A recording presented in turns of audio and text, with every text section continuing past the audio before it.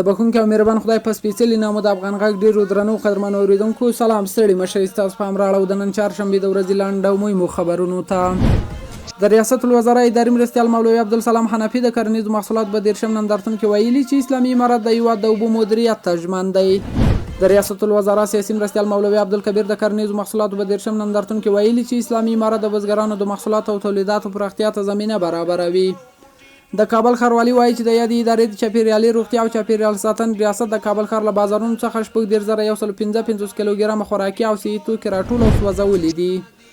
د ریاست الوزرا اقتصادي مرستیال ملا عبدالغني برادر اخوند د افغانستان د کرنیزو محصولاتو په 13 نندارتون کې ویلي چې د اقتصاد معاونیت له لوري د متخصصینو په همکارۍ د هېواد د ملي پراختیا په ستراتیژۍ کار روان دی.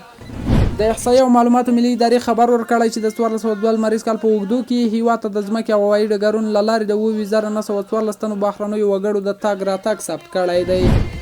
د مرکزي اسیا ټایمز ورځپاڼې د ازبکستان د سوداګرۍ او پانګونې خونې له قوله خبر ورکړی چې دغه هېواد له افغانستان سره د 440 میلیونه ډالرو په ارزښت سوداګریز تړونونه لاسلیک کړي. د یاد خبر پر بنسټ دغه تړونونه تاشکند ته د افغان سوداګرو د 3 ورځني سفر په ترڅ کې لاسلیک شوي دي.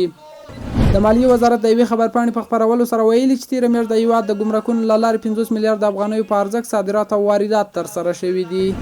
د کورنیو چارو وزارت وایي چې د تامیناتي چارو معاینات اړوند د سرخي پلو تخنیکي او اساسي کنډک تخنیکي پرسونل لسګونه نظامي وسایط ترمیم او ګټې اخیستنې ته چمتو کړي دي. په بلخ ولایت کې د 40 میلیونه 440 افغانیو په لګښت د بسکټو تولیدي کارخونې فعالیت پیل کړ.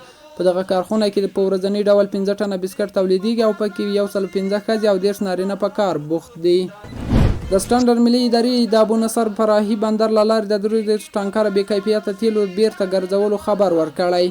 یادې ادارې ویلي چې د شیخ ابو نصر فرحي بندر له لارې 3 ټانکره تیل چې د دې ادارې له سټنډرډونو سره مطابقت نه درلود بیرته مسترد کړي دي.